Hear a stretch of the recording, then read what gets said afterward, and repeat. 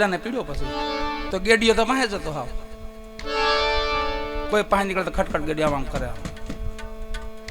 કાંઈ નહીં બાપા કાંઈ નહીં ક્રોધ છે ને લોભ ને ક્રોધ બધું ભેગું હોય પછી લોભ હોય એટલે બધું ભેગું આવે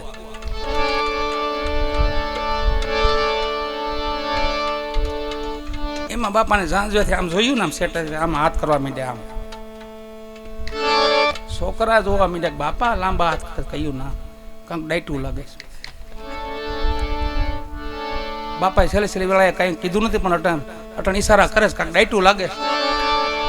શું કરીશું ડોક્ટરને બોલાવો જલ્દી 5 મિનિટ બોલી જાય ને બાપા કે તો આપણું કામ થઈ જાય બાપા તો જવાની તૈયારી માણીમાં છે હવે જવાની અણીમાં છે બાપા કાંઈક મળી જાય તો આપણે 4 ભાઈનું કામ થઈ જાય એક છોકરો દોડતો ગયો ડોક્ટર સાહેબ ને સાહેબ જલ્દી આવો મારા બાપા અટાણે છેલ્લી અવસ્થા છે છેલ્લી અણી માથે છે હાવ અને એક ઇન્જેક્શન મારો તમે અને સાહેબ થોડું 5 મિનિટ બોલી જાય ને સાહેબ તો અમારું કામ થઈ જાય એમ છે બાપા કાંક હંગીરું લાગે ડાયટું લાગે ડોક્ટરે તકનો લાભ ઉઠાવ્યો ડોક્ટર સાહેબ કે ભાઈ આવો ખરો ઇન્જેક્શનના 50,000 રૂપિયા થાય છોકરો કે 50,000 તો છેલ્લી જે કાંઈ બાપા ડાયટું કાંઈક નીકળે છે કે 50,000 ની કાકી સાહેબ 50,000 ની કાકી પણ તમે હાલો એ કોટર બહાર કાઢ્યું ટાડા આવીને ઉભા રહ્યા બાપાને મેદાનમાં ખટલો મેદાનમાં બાપા પડેલા લાંબા હાથ કરે કઈ બાપા હુઈ જાવ એક ઇન્સન ઠપ કર્યું આમ નો મારતા કોરોનામાં એમ એક ઠપકાર્યું છે બાપા અકળાઈને ઉભા થયા આમ અકળાઈ ગયા જીવ આવી ગયો તો છોકરા પાસે આવી ગયા બાપા શું કહેતા હતા આમ લાંબા હતા શું હતું ક્યાં છે ક્યાં ડાયટું છે તો બોલ્યો બાપો ડાયટું કાંઈ નથી તમારો બાપ ઓઈલો પાડો હાવણી ખાઈ ગયું નો કે પેલો પાડો જો હાવણી ખાય વાળો એટલે લઈ લ્યો હાવણી લઈ લ્યો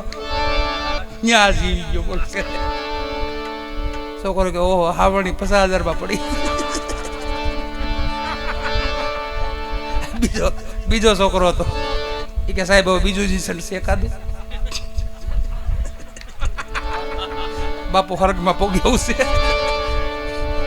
તો દઈ ગયો ભેગો ₹1,00,000 ભલે થઈ જાય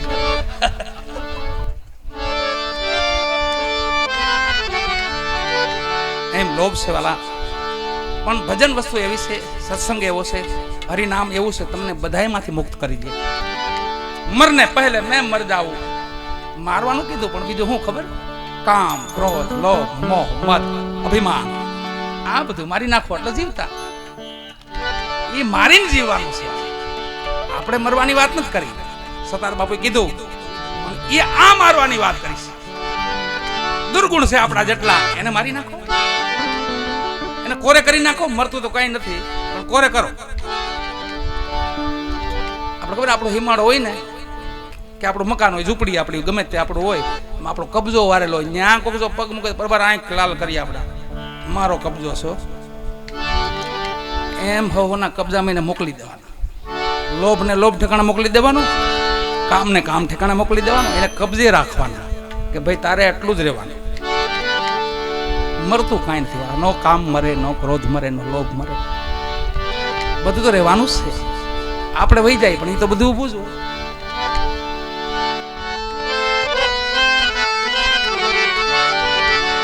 એવા મહાપુરુષ સદગુરુ સતાર બાપુને ફેરથી યાદ કરી આજની મજા કાક માં જતન માં છે ને એક પુણ્યશાળી આત્મા છે વાલા એની પાછળ જો આ બધા આજે જેટલા ભજન ગવાના ને એ બધા મેં વર્ષોથી નથી ગાયા એવા નવા ભજનો ગવાના છે વર્ષોથી જ નથી ગાયા આજે મને મારા ધીરુભાઈ એક યાદી અપાવી મારી હાવ નાની ઉંમર હતી તઈ મેં ભજન ગાયું હતું એની યાદી અપાવી સખી કરમના મરમની વાત કોની આગળ કહીએ જેવા લખ્યા વિધાતા એ લેખ એવી વેળા બેઠી લઈએ મને ધીરુભાઈ યાદી અપાય બાપુ આ ભજનો તમે ગયા હા ભાઈ પણ એક સમય હતો એ નહીં બેન જો એક તબલું 2 મજીરા બસ ધીરુભાઈ બજેટની હો બજેટની અત્યારે પુરસ્કાર છે પણ અત્યારે તમે બધાને દયા છે તમારી તમે આપો છો અને અમે રાજી બધા રહી છીએ પણ એ સમયે પૈસો નહીં વાલા આ બધા ગામડામાં મેં ભજન કરેલા છે આજુબાજુનો આપણો જેટલો વિસ્તાર છે ને, આખો કયો, ટીકર કયો, ગળવાવ કયો, આપણું માણાવદર કયો, આપણું બાટવા કયો, મારા પગ ઘાઈ ગયેલા છે વાલા. પણ તે ભારોભાર ભાવ ને પ્રેમ ભારોભાર હતો વાલા. પૈસા ઓછા હતા પણ પ્રેમ જોવો ને તમે, તો માણા તમને નીકળવાનો દો, જવાનો દો.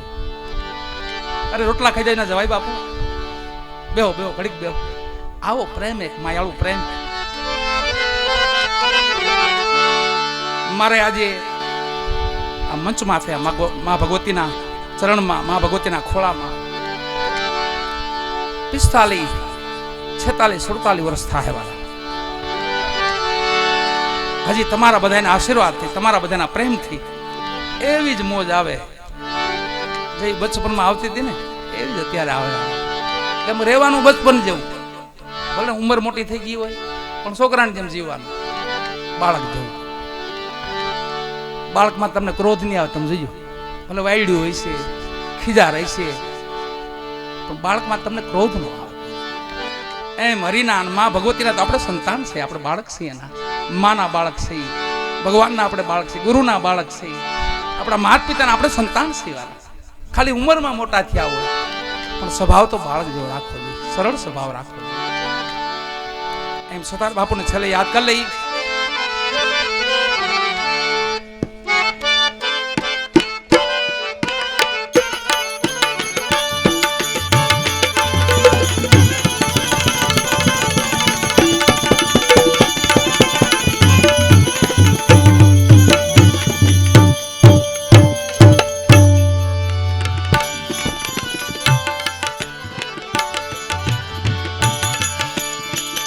પ્રેમ તની